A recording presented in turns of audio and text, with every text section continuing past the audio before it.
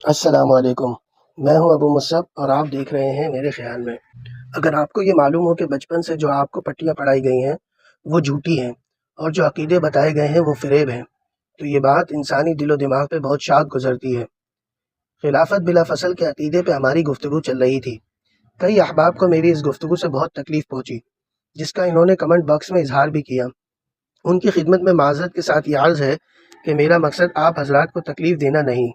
ممکن ہے اہل تشیع کے یہاں جو علمی ذخیرہ ہے اس سے کہیں یہ بات ثابت ہوتی ہو کہ نبی صلی اللہ علیہ وسلم نے حضرت علی کو خلیفہ بلا فصل بنایا تھا، لیکن اہل سنت کی کتب سے اس کی نفی ثابت ہوتی ہے، اور اہل تشیع کے جو علماء اہل سنت کی کتب سے یہ عقیدہ ثابت کر رہے ہیں وہ چال بازی سے کام لے رہے ہیں اور فریب دے رہے ہیں۔ جیسا کہ ایک عالم، یا یوں کہیں کہ ایک فراڈی نے انت منی بمنزلت ہارون من موسیٰ اور انت خلیفتی فی کل مومن من بعدی سے خلافت بلا فصل پہ جو دلیل دی، میں نے بتایا تھا کہ یہ حدیث کے چھوٹے ٹکڑے سے ایک ایسی بات ثابت کی جا رہی ہے کہ اگر مکمل پس منظر سامنے رکھا جائے تو یہ بات ثابت ہو ہی نہیں رہی، کیونکہ نبی پاک صلی اللہ علیہ وسلم حضرت علی کو ہر جہاد میں اپنے ساتھ لے جاتے تھے۔ غزوہ تبوک میں نبی پاک صلی اللہ علیہ وسلم انہیں مدینہ میں چھوڑ کے جا رہے تھے تاکہ پیچھے آپ صلی اللہ علیہ وسلم کے اہل و عیال اور مسلمانوں کے امور کی نگرانی کریں۔ اس پہ حضرت علی رضی اللہ عنہ بہت رنجیدہ ہوئے کہ نبی پاک صلی اللہ علیہ وسلم مجھے عورتوں اور بچوں کے ساتھ چھوڑ کے جا رہے ہیں۔ انہوں نے نبی پاک صلی اللہ علیہ وسلم سے اس خیال کا اظہار کیا۔ تب نبی پاک صلی اللہ علیہ وسلم نے ان سے یہ بات فرمائی کہ اے علی، کیا آپ اس بات پہ راضی نہیں ہیں کہ آپ کی مجھ سے وہی نسبت ہو جو حضرت ہارون علیہ السلام کی موسیٰ علیہ السلام سے تھی؟ ہاں، میرے بعد کوئی نبی نہیں ہے، لیکن آپ بالکل ہارون علیہ السلام کی طرح میرے بعد، یعنی فی الوقت میرے سفر میں جانے کے بعد، ہر مومن کے بارے میں میرے نائب بن رہے ہو۔ تو جس طرح جہاد میں جانا ایک بڑا مرتبہ ہے، اسی طرح جو عہدہ آپ کو دیا جا رہا ہے وہ بھی بڑا مرتبہ ہے۔ تو یہاں یہ بات چل رہی تھی کہ کسی راوی نے صرف یہ جملہ نقل کیا تو اس عالم نے یہ جملہ اٹھا کے پورے پس منظر سے ہٹا کے لوگوں کو دکھانا شروع کر دیا۔ میں نے بتایا تھا کہ اس حدیث سے یہ استدلال ضرور کر لیتے، کوئی مسئلہ نہیں تھا، اگر اس طرح استدلال کرنے سے احادیث مبارکہ کے بہت بڑے ذخیرے کی مخالفت لازم نہیں آتی۔ مثلا ایک حدیث کا تو میں نے آپ کے سامنے ذکر کیا تھا، اس پہ جو اعتراضات ہوئے اس کے جواب بھی آپ کے سامنے رکھ دیے۔ اگر آپ نے نہیں دیکھے تو دیکھ لیجئے، ڈسکرپشن میں دونوں ویڈیو کے لنک شیئر کر دیتا ہوں۔ یہ ایک حدیث ہی نہیں ہے، بلکہ میں کہہ رہا ہوں کہ احادیث کے بڑے ذخیرے سے ہمیں ہاتھ اٹھانا ہوگا اگر ہم اس حدیث کے یہ معنی لے لیتے ہیں جو آپ بیان کر رہے ہیں، اگرچہ کہ پھر بھی یہ معنی لینا ممکن نہیں ہے، کیونکہ حضرت ہارون علیہ السلام کا انتقال تو حضرت موسیٰ علیہ السلام سے پہلے ہوا ہے، لہٰذا ان سے تشبیہ دینا ہی اس بات کی دلیل ہے کہ حضرت علی رضی اللہ عنہ کو حضور صلی اللہ علیہ وسلم کی وفات کے بعد خلیفہ نامزد نہیں کیا گیا، بلکہ زندگی ہی میں ایک سفر کے دوران خلیفہ نامزد کیا گیا، جیسا کہ حضرت ہارون علیہ السلام کو کیا گیا تھا۔ اب اس رد دلیل پہ جو اعتراضات کمنٹس میں سامنے آئے تھے ان کو ذکر کر کے اس کے جوابات پیش کر دیتے ہیں، لیکن اس سے پہلے یاد دہانی کر دوں کہ میرے اس چینل سے مقصد کسی عقیدے کا اثبات یا کسی عقیدے کا رد نہیں، بلکہ ان فریبیوں کے فریب کو آشکار کرنا ہے جو قرآن و حدیث کھول کھول کے بھی آپ کو آدھا سچ دکھاتے ہیں اور حقیقت چھپا لیتے ہیں۔ اگر آپ کو لگتا ہے کہ یہ چینل مفید ہے تو اس کو سبسکرائب کر لیں، اگر ویڈیو کسی اور کے لیے بھی مفید لگے تو اس کے ساتھ بھی شیئر کریں۔ اس کے علاوہ سبسکرائبر سے میری گزارش ہے کہ جب آپ کے سامنے میری ویڈیو کا نوٹیفیکیشن آیا کرے تو لازمی اس کو دیکھ لیا کریں تاکہ خیر کی بات کے پھیلنے کا ذریعہ بنے، اس کے پھیلنے کی راہ میں رکاوٹ نہ بنے۔ اب کمنٹ باکس میں چلتے ہیں اور دیکھتے ہیں کہ میرے اس رد دلیل پہ معترض نے کیا اعتراض کیا تھا۔ یہ کہتے ہیں کہ قرآن نے بالکل نہیں کہا ہارون علیہ السلام موسیٰ علیہ السلام کے عارضی خلیفہ بنے، بلکہ قرآن میں ہے موسیٰ علیہ السلام نے دعا کی تھی کہ میرے کام میں میرا شریک بنا، میرے اہل سے میرا خلیفہ بنا، میرا بھائی ہارون بنا۔ اللہ نے قرآن میں جواب دیا کہ ہم نے ہارون علیہ السلام کو موسیٰ علیہ السلام کا وزیر بنا دیا، اور کہتے ہیں کہ انت خلیفتی والی حدیث کی بالکل غلط تشریح کی ہے۔ نبی پاک صلی اللہ علیہ وسلم نے بالکل ایسا نہیں فرمایا کہ تم میرے تبوک پر جانے تک میرے خلیفہ ہو۔ نبی علیہ السلام نے ہارون علیہ السلام سے نسبت دے کر فرمایا تم بھی مثل ہارون ہو میرے بعد امت کے لیے۔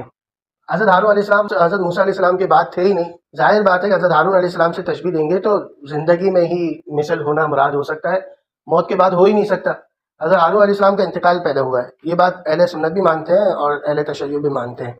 اب حضرت ہارون علیہ السلام کو میرے اہل سے خلیفہ بنانے کا جو ذکر کیا ہے تو قرآن میں یہ بات کہاں ہے، یہ دکھائیں۔ ایک آیت ہے جس میں حضرت موسیٰ علیہ السلام اللہ سے دعا کر رہے ہیں اور اللہ نے ان کی دعا پوری بھی کی کہ اے اللہ میرے گھر سے میرا ایک وزیر بھی بنا دیجئے، اور ہارون علیہ السلام کا نام بھی لیا تاکہ میری کمر مضبوط ہو جائے اور میرے امر نبوت میں ان کو شریک کر دیجئے۔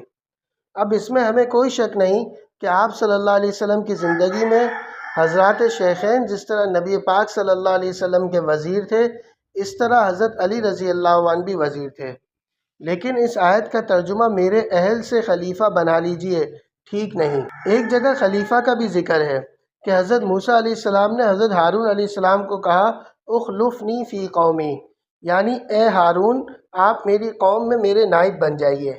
نبی پاک صلی اللہ علیہ وسلم نے اپنی اس حدیث میں اسی جملے کی طرف اشارہ کیا ہے۔ اس وقت حضرت موسیٰ علیہ السلام بھی سفر میں جا رہے تھے اور سفر کے دوران حضرت ہارون علیہ السلام کو نائب بنایا، اور یہی میں نے استدلال کیا تھا۔ باقی یہ اعتراض کہ قرآن نے کب کہا کہ حضرت ہارون علیہ السلام کو موسیٰ علیہ السلام کا عارضی خلیفہ بنایا تھا، تو اس کا جواب یہ ہے کہ میں نے یہ دعویٰ ہی کب کیا ہے کہ یہ بات قرآن نے کہی ہے کہ حضرت ہارون علیہ السلام موسیٰ علیہ السلام کے عارضی خلیفہ بنے ہیں، مرنے کے بعد خلیفہ نہیں بنے۔ حضرت ہارون علیہ السلام کا انتقال حضرت موسیٰ علیہ السلام سے پہلے ہو گیا تھا۔ اس بات پر میں نے وکی شیعہ کا حوالہ دیا ہے، یعنی یہ بات اہل سنت اور اہل تشیع کے یہاں مسلم ہے کہ حضرت ہارون علیہ السلام حضرت موسیٰ علیہ السلام کے نائب زندگی میں بنے ہیں۔ اچھا، اب قرآن کی آیت دیکھتے ہیں جہاں حضرت موسیٰ علیہ السلام حضرت ہارون علیہ السلام کو خلیفہ بنانے کا ذکر کر رہے ہیں۔ اس آیت کے اندر بھی آپ دیکھیں کہ اللہ رب العزت حضرت موسیٰ علیہ السلام کے سفر کا ذکر کرتے ہیں کہ ہم نے موسیٰ علیہ السلام سے 30 رات کا وعدہ کیا اور ان سے 40 راتیں مکمل کروائی، اور موسیٰ علیہ السلام نے اپنے بھائی کو کہا کہ میری قوم میں میرے خلیفہ بن جاؤ۔ یہاں واضح طور پر سفر کا ذکر ہے، اور سفر کے مندرجات میں سے اس خلیفہ بنانے کا ذکر ہے۔ تو جس طرح ان کے عالم نے حضور صلی اللہ علیہ وسلم کے خلیفہ بنانے کے پیچھے سفر تبوک کا قصہ چھپا لیا، اسی طرح انہوں نے بھی قرآن کا حوالہ دیتے ہوئے مندرجات سفر کا قصہ چھپا لیا۔ قرآن میں بھی سفر ہی کا ذکر چل رہا ہے۔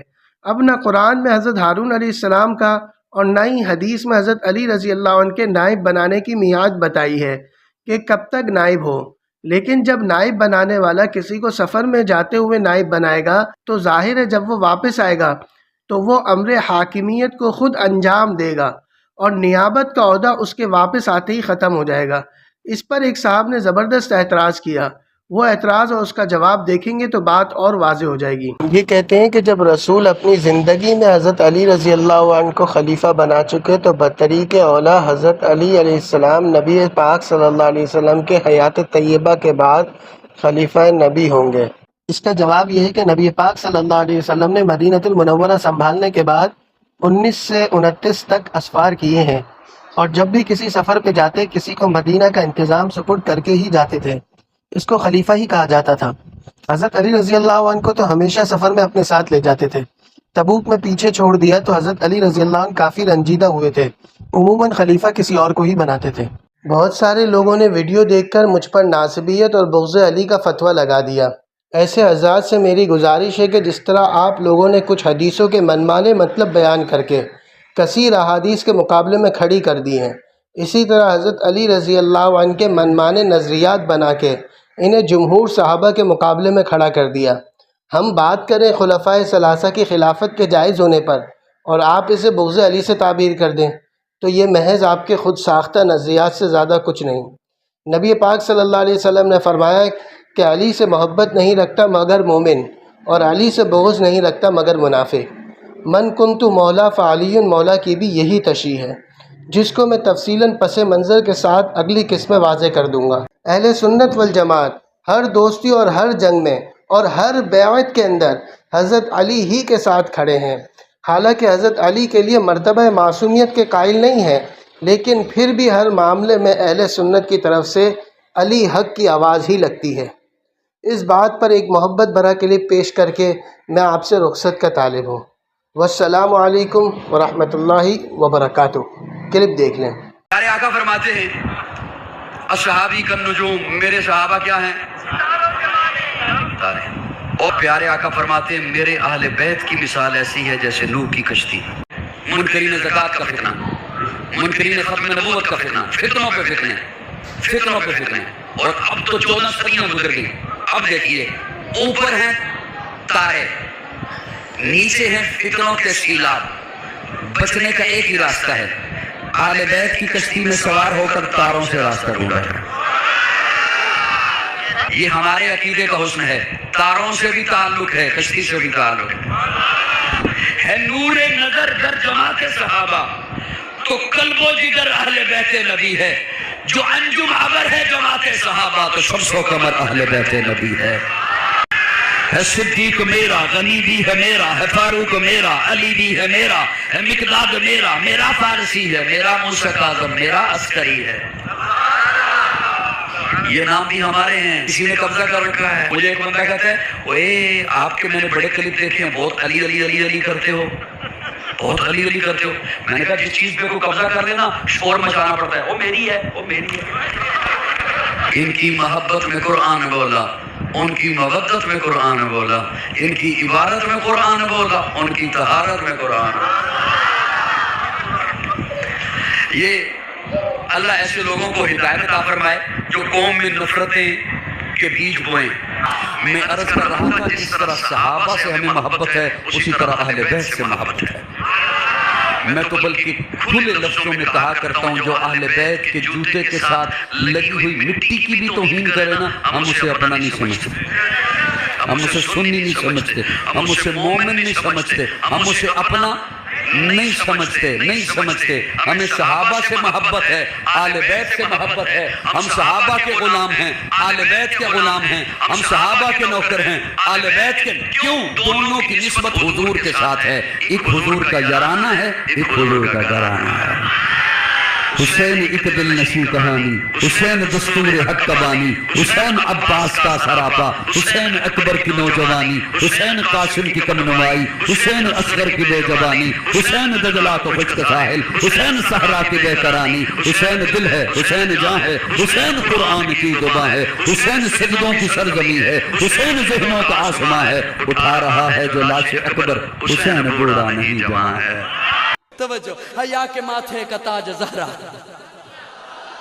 حیا کے ماتھے کا تاج زہرا، وفا پرستی کی لاج زہرا، مقام خون حسین یہ ہے، کرے گی جنت پہ راج زہرا، کسی کی بیٹی کو نہ ملے گا، ملا ہے تجھ کو جو راج زہرا، جو ہوگی تیرے قدم کی مٹی، متی کے سر کا ہے تاج زہرا، جو ہوگی تیرے قدم کی مٹی، متی کے سر کا ہے تاج زہرا، جو تیرے شوہر سے بغض رکھے، مریض ہے لا علاج زہرا۔